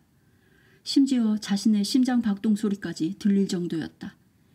오렌지는 아무 설명도 하지 않았고 그럴 필요도 없었다. 이건 마이크가 오렌지를 속일 수 없는 또 다른 시험이었다. 10초 정도 지나자 공황장애 기억이 떠오르며 마이크는 심장이 마구 뛰기 시작했다. 예전의 마이크였다면 극심한 공포로 온몸이 흔들렸겠지만 이번에는 밀실 공포증이 그 정도에서 흐지부지 끝이 났다. 마이크는 몹시 기뻤고 선물이 효과가 있다는 걸 알았다. 처음엔 몸이 예전처럼 반응했지만 그의 새로운 영이 그것을 중단시킨 것이다. 마음의 평화가 밀려들었다. 마이크는 혼자 노래를 몇 곡이나 부르다 깜박 잠이 들었다. 1시간 뒤 기쁨에 찬 오렌지가 상자 뚜껑을 열고 마이크를 밖으로 나오게 했다. 정말 대단해요. 순수한 의도의 마이클 토마스. 천사가 활짝 웃으며 말했다. 오렌지의 눈을 통해 그가 마이크를 뿌듯해한다는 것을 알 수 있었다. 모두가 다 여기까지 오는 건 아니에요. 처음으로 마이크는 자기 말고도 집으로 가는 길을 선택한 사람이 많다는 것을 깨달았다.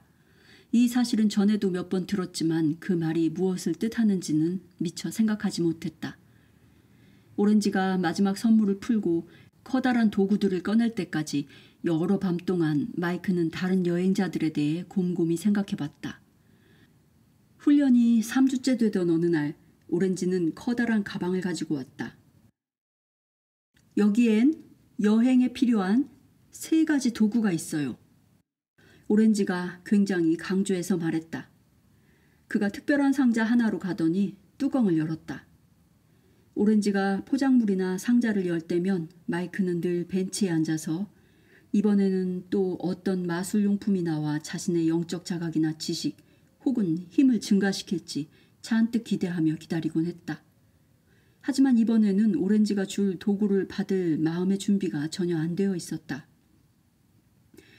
오렌지가 등을 돌리고 있어서 마이크는 천사가 상자에서 무엇을 꺼내는지 볼 수 없었다. 천사가 첫 번째 도구를 건네주려고 돌아서는데 뭔가가 은빛으로 번쩍였다. 설마 그럴 리가. 천사는 거대한 검을 들고 있었다. 진리의 검을 보세요. 주황색 천사가 마이클 토마스에게 검을 건네며 말했다. 천사가 들고 있을 때도 검이 꽤 커 보였는데 마이크가 드니까 엄청 거대해 보였다. 검이 상상을 초월할 정도로 무거워 다루기가 어려웠다. 마이크는 도저히 믿을 수가 없었다. 진짜 검이에요. 마이크가 오렌지에게 외쳤다. 다른 선물처럼 이 검도 진짜예요. 오렌지가 환기시켰다. 앞으로 4개의 집을 여행하는 동안 몸에 지니고 다닐 3가지 도구 중 하나예요. 마이크는 그 아름다움에 넋을 잃고 한참 동안 검을 살폈다. 그렇다.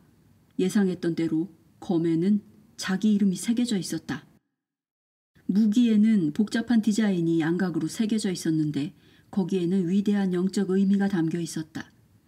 커다란 손잡이는 밝은 코발트 블루 빛깔의 원석으로 만들어져 있었다.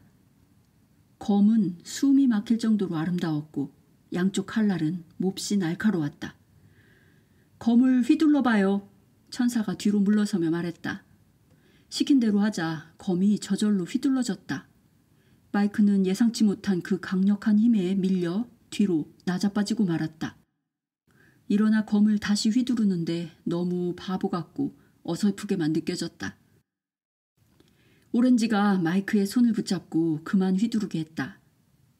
이게 도움이 될지 한번 봐요. 천사가 상자로 다가가 뭔가를 또 꺼냈다. 은빛으로 번쩍이는 새로운 물체가 들려나왔다.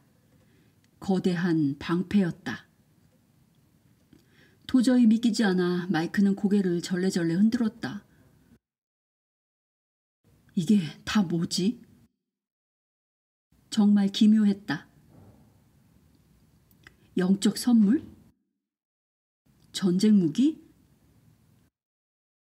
전생에 카멜롯의 전사로 돌아가는 건가?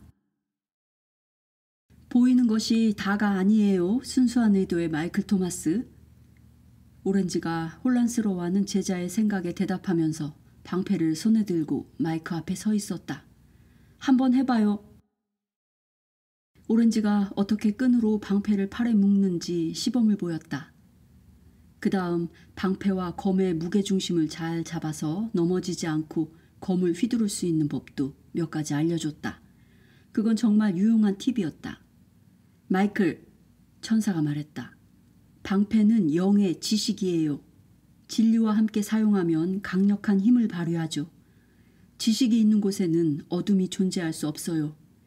빛이 있는 곳에 비밀은 있을 수 없고 빛은 지식의 탐구를 통해 진리가 드러날 때 생겨나죠. 이보다 더 위대한 조합은 없어요. 진리와 지식은 함께 사용되어야 해요. 상자에 다른 것은 없나요? 검과 방패의 무게에 눌려 휘청거리며 마이크가 농담하듯 물었다. 때마침 잘 물었어요. 마이크는 어이없다는 듯 상자로 걸어가는 오렌지를 쳐다보았다. 오렌지는 몸을 구부려 훨씬 더 큰 물체를 집어들었다. 역시나 은빛 물체였다. 갑옷을 봐요. 주황색 천사가 신이 난 듯 외쳤다. 도저히 믿지 못하겠다는 마이크의 얼굴 표정을 보며 천사는 웃음을 터뜨렸다. 이해가 안 가요. 마이크가 맥없이 벤치에 주저앉았다. 어떻게 제가 이 모든 것을 차고 다니죠? 연습하면 돼요. 오렌지가 대답했다. 어떻게 하는지 보여줄게요. 오렌지가 검과 방패를 가져갔다. 그리고는 마이크가 무겁고 화려한 장식의 갑옷을 입도록 도와주었다. 갑옷은 조끼처럼 마이크의 상체를 가렸다. 하나씩 팔을 끼우자 금속 주형처럼 몸에 딱 들어맞았다. 오렌지는 갑옷을 찰칵 잠그고 진리의 검이 들어간 칼집을 마이크의 허리에 묶었다. 그런 다음 여행할 때 등 뒤에 부착된 특별 잠금 장치에 무거운 방패를 어떻게 걸고 다니는지 알려주었다. 모든 작업이 끝나자 천사는 다시 뒤로 물러섰다. 순수한 의도의 마이클 토마스, 이제 당신은 진동 주파수를 높일 수 있는 3가지 도구를 갖게 되었어요. 진리의 검, 지식의 방패, 그리고 마침내 영의 갑옷까지. 갑옷은 신의 망토라고도 해요. 다른 2가지 도구를 적절하게 사용하는 데 필요한 지혜를 상징하죠. 내일부터는 빛의 전사가 되는 훈련이 시작될 거예요. 3가지 도구는 함께 사용될 때 가장 강력한 힘이 나와요. 절대 따로 사용하지 마세요. 오렌지는 무기를 가져간 다음 마이클이 씻고 먹고 잠자는 방으로 그를 돌려보냈다. 그는 침대에 누워 이 멋진 나라에서 발견한 여러 가지 모순점에 대해 오랫동안 생각했다. 마음이 어지러운 상태로 꾸벅꾸벅 졸다가 잠이 들었다. 아침이 되어 마이크는 다시 훈련장으로 갔다. 며칠 동안 오렌지가 그 구식 무기들을 어떻게 요령 있게 사용하는지 시범을 보여주었다. 첫 번째 훈련은 균형 잡기였다. 그는 마이크가 전투복으로 완전 무장하고 계단을 오르락 내리락 하는 훈련을 시켰다.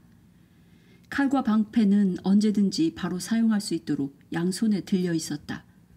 넘어지는 법과 방패를 균형추 삼아 재빨리 일어나는 법도 배웠다. 훈련을 받으면서 마이크는 도구들이 절대 더러워지지도 않고 찌그러지거나 흠집이 생기지도 않는다는 사실을 알았다. 그는 도구와 함께 달리고 걷고 회전도 했다. 도구를 가지고 싸우는 것만 빼고는 모든 걸 했다. 마이크는 서서히 균형 감각을 익혀갔다. 시간이 갈수록 이상한 현상이 일어났다. 밤이 되어 전투복을 벗을 때 더 이상 무거운 무기를 벗어던져서 홀가분하다는 느낌이 들지 않았다. 오히려 자신이 왜소하고 무방비 상태이며 너무 가볍다는 느낌이 들었다. 여러 날들이 지나고 마침내 오렌지는 실제로 검을 사용하는 법을 가르치기 시작했다. 마이크는 오렌지가 마스터 사무라이라도 되어 싸우는 법을 가르칠 거라 기대했다. 하지만 마이크는 전혀 뜻밖의 훈련을 받았다. 이제 무기 사용법을 배울 때가 된 것 같군요, 마이클 토마스. 오렌지가 말했다. 검을 뽑아요. 자랑스러운 기사라도 된 듯 멋진 몸집으로 마이크는 길고 커다란 검을 가볍게 꺼냈다. 천사가 만족스러운 듯 바라보았다. 이제 신을 향해 검을 들어요. 마이크는 시키는 대로 했다. 마이클 토마스, 당신의 진실을 말하기 전에 검을 느껴봐요. 마이크는 오렌지가 무슨 말을 하는지 이해가 안 갔다. 검을 느껴보라니? 검이 이미 자신의 손에 있는데 어떻게 검을 느끼지 않을 수가 있단 말인가? 순수한 의도의 마이클 토마스, 주황색 존재가 진지하게 말했다. 검을 하늘 높이 쳐들고 당신의 진실을 말하세요. 당신은 신을 사랑하나요? 마이클은 이제야 상황이 파악되었다. 또 똑같은 질문이었다. 이번에는 하늘을 향해 거대한 영적 무기를 손에 들고 있다는 점이 다를 뿐이었다. 무슨 연설이라도 해야 하나? 마이크는 이제 공식 답변이 되어버린 대답을 하기 시작했다. 네, 그렇습니다. 당신은 저의 가슴을 들여다볼 수 있으니... 마이크는 깜짝 놀라 말을 마칠 수가 없었다. 검이 진동하기 시작했다. 따뜻하고 강렬한 진동이 그의 팔과 가슴을 휩쓸고 지나는데 검이 꼭 노래를 하는 것 같았다. 이에 화답하듯 방패 또한 윙윙거리며 콧노래를 부르는 것이 확실하게 느껴졌다. 갑옷도 점점 더 따뜻해졌다. 이제는 완전히 몸에 익어 가뿐하게 들고 다닐 수 있는 도구들이 마이크의 의도가 더해지자 살아 숨쉬기 시작했다. 손에 든 검과 착용한 방패 그리고 갑옷의 강력한 힘에 그는 완전히 압도되었다. 순간 자신이 대답을 하는 중이었다는 게 기억났다. 저는 진실로 신을 사랑합니다. 마이크는 검을 높이 쳐들었고 그의 진실된 의도에 검이 반응하며 진동하는 것을 느꼈다. 그는 자신이 강력한 존재가 된 것 같았고 진리를 깨달은 것 같았다. 자신이 속한 집으로 반드시 가고야 말겠다는 확고한 일념 아래 그는 이 무겁고 진동하는 무기를 몸에 지닌 채로 몇 시간은 더 서 있을 수 있을 것만 같았다. 그는 그의 가슴에서 공명하는 F 음조로 이 세 가지 도구가 함께 진동하고 노래하는 것을 느꼈다. 의식의 진정한 의미가 가슴 깊이 느껴지며 얼굴에는 눈물이 주르륵 흘렀다. 도구들은 마이크의 생물학적인 시스템과 융합되고 있었다. 무기들은 그의 영혼과 통합되어 있었고 그의 진실한 의도는 의식을 거행하는 촉매제였다. 이래서 검, 방패, 갑옷이 필요했던 건가? 도구는 그냥 상징물이었다. 상징 말고 무엇이 더 있단 말인가? 그 정도 이해만으로도 마이클 토마스에겐 충분했다. 마이크는 새로운 사실을 자각하며 여행에 대한 의지를 다졌다. 그날 밤 오렌지와 마이클 토마스는 서로에게 애틋한 감정을 느꼈다. 마이크는 자신이 떠날 때가 되었다는 걸 알았다. 오렌지가 마이크에게 싸우는 법을 가르쳐주진 않았지만 그건 무기가 상징에 불과하기 때문이란 걸 마이크는 알았다. 마이크는 오렌지에게 집과 여행길에 대해 물었다.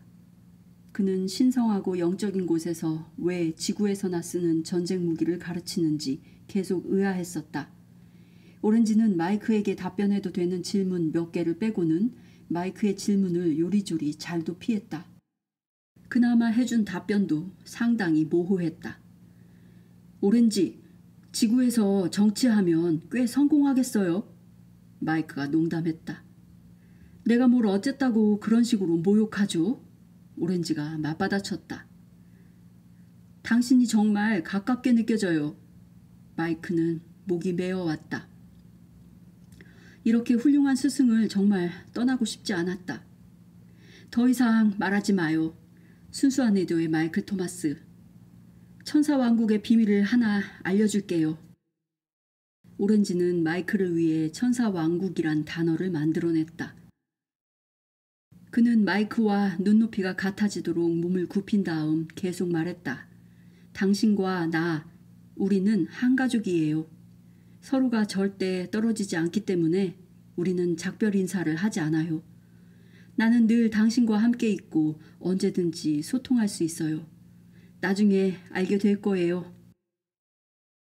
이제 잠자리에 들 시간인 것 같군요. 마이크는 오렌지와의 대화가 너무 솔직해서 깜짝 놀랐다. 같은 가족이라고? 어떻게 그럴 수가 있지? 그러곤 자신이 어리석게 느껴졌다. 첫날 밤에 천사가 작별 인사를 하지 않은 것을 두고 그가 투덜거렸던 것을 오렌지가 들었다는 걸 알게 되었기 때문이다. 얼마나 근사한 답변인가. 이건 정말 새로운 사실이었다. 정말 멋진 생각이었다. 나를 절대 떠나지 않는다고? 처음으로 마이크는 그가 3주 전 갈림길에 이르렀을 때 블루가 지도를 어떻게 사용해야 할지 조언해 준 게 기억났다. 사실 그때 그는 머릿속에서 블루의 목소리를 들었었다. 블루를 아세요? 마이크가 뜬금없이 물었다. 나만큼이나 잘 알죠. 주황색 존재가 대답했다. 마이크는 아무 말도 하지 않고 자신의 방으로 돌아갔다. 그가 그동안 먹고 잤던 점점 더 애착이 가는 장소였다. 떠나는 것에 대해 아무런 말도 없었지만 내일 아침 다시 시작될 여행을 준비하며 마이크는 한동안 거의 잊고 지내던 가방에 짐을 싸기 시작했다. 그러고는 책과 사진을 몇 차례나 쳐다봤다.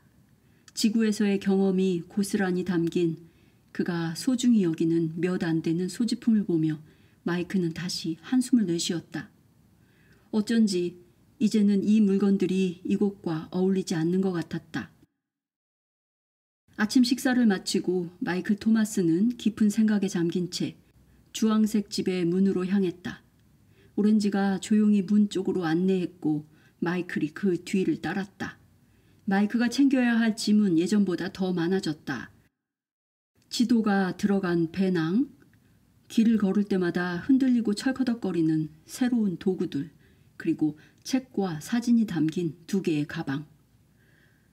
마이클, 정말 이 짐을 모두 들고 갈 거예요? 주황색 존재가 말했다. 짐이 없으면 훨씬 더 편할 텐데요. 제 인생사가 담긴 물건이에요. 마이크가 대답했다. 전 이게 필요해요. 왜 필요하죠? 마이크는 그 질문에 대해 생각해봤지만 가방을 놓고 갈 생각은 전혀 없었다. 지금까지의 제 삶을 기억하고 존중하기 위해서죠. 마이크가 말했다. 옛날 방식을 버리지 못하는 건 아니고요? 이어지는 오렌지의 질문에 마이크는 짜증이 나기 시작했다. 천사가 다시 말했다. 가방을 여기 두고 가는 건 어때요? 내가 안전하게 보관하고 있을게요. 다시 오면 그때 가져가도 되잖아요. 안 돼요. 마이크는 더 이상 가방 얘기는 듣고 싶지 않았다. 이건 자신의 물건이고 가능한 한 오래 간직하고 싶었다. 이 이상한 나라에서 자신이 정말 누구였는지 기억할 수 있는 뭔가가 필요했다. 천사가 고개를 끄덕였다. 지금까지 마이크는 항상 자기가 원하는 대로 해왔다. 그는 모든 천사들이 자신의 선택을 존중하고 한 번 결정을 내리면 더 이상 왈가왈부하지 않는다는 것을 알았다. 그날 아침은 마이크도 오렌지에게 작별 인사를 하지 않았다. 계단에 서서 몇 주간 함께 지냈던 천사를 바라보며 마이크는 오렌지가 만나고 헤어지는 것에 대해 했던 말을 떠올렸다. 다시 보게 될 거라 믿진 않았지만 조만간 또 봐요 라고 마이클은 말했다. 오렌지는 그냥 말없이 들어가 문을 닫았다. 어떻게 저럴 수가 있지? 문만 닫혔을 뿐 이게 끝은 아니야. 마이크는 속으로 생각했다. 마이크는 내리막길을 따라 전혀 새로운 방향으로 향했다. 짐이 너무 많아 다 들고 가려면 내리막길이 상책이었다. 새로 생긴 검, 방패, 갑옷에다 손가방과 지도가 든 배낭까지 짐이 많아도 너무 많았다. 무거운 새 시대의 상징물을 완전 무장하고 다니게 될 줄 누가 상상이나 했겠는가. 이게 무슨 멍청한 짓이람. 마이크는 속으로 생각했다.